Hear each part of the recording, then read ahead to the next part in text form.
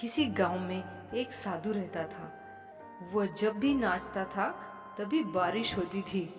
इसीलिए गांव के लोगों को जब भी बारिश की जरूरत होती तब यह लोग साधु के पास जाते और उनसे अनुरोध करते कि वह नाचे, और जब वह नाचते तो बारिश होती। कुछ दिनों बाद 4 लड़के शहर से गांव में घूमने आए। जब उन्हें यह बात पता चली कि किसी साधु के नाचने से बारिश होती है तो उन्हें यकीन नहीं हुआ।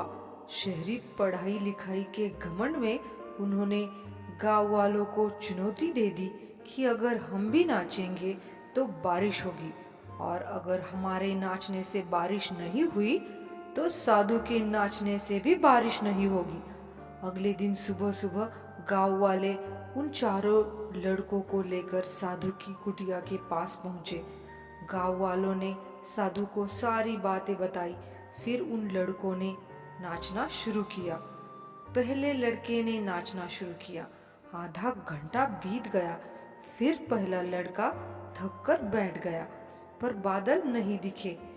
कुछ देर बाद दूसरे लड़के ने नाचना शुरू किया और 1 घंटे बीतते बीतते वो भी थक गया। बाकी दोनों लड़कों ने भी ऐसा ही किया, पर बारिश नहीं हुई। अब साधु की बारी थी। उसने नाचना शुरू किया।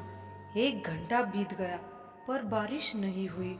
साधु फिर भी रुका नहीं, वह नाचता ही रहा। नाचते नाचते 2 घंटे बीत गए, पर बारिश नहीं हुई। लेकिन साधु तो रुकने का नाम ही नहीं ले रहा था। शाम ढलने लगी थी। तभी बादलों की गड़गड़ाहट सुनाई दी और जोरों की बारिश होने लगी। यह देखकर चारों लड़के दंग रह गए और तुरंत साधु से क्षमा मांगी। बाबा, भला ऐसा क्यों हुआ? हमारे नाचने से बारिश नहीं हुई और आपके नाचने से बारिश हो गई।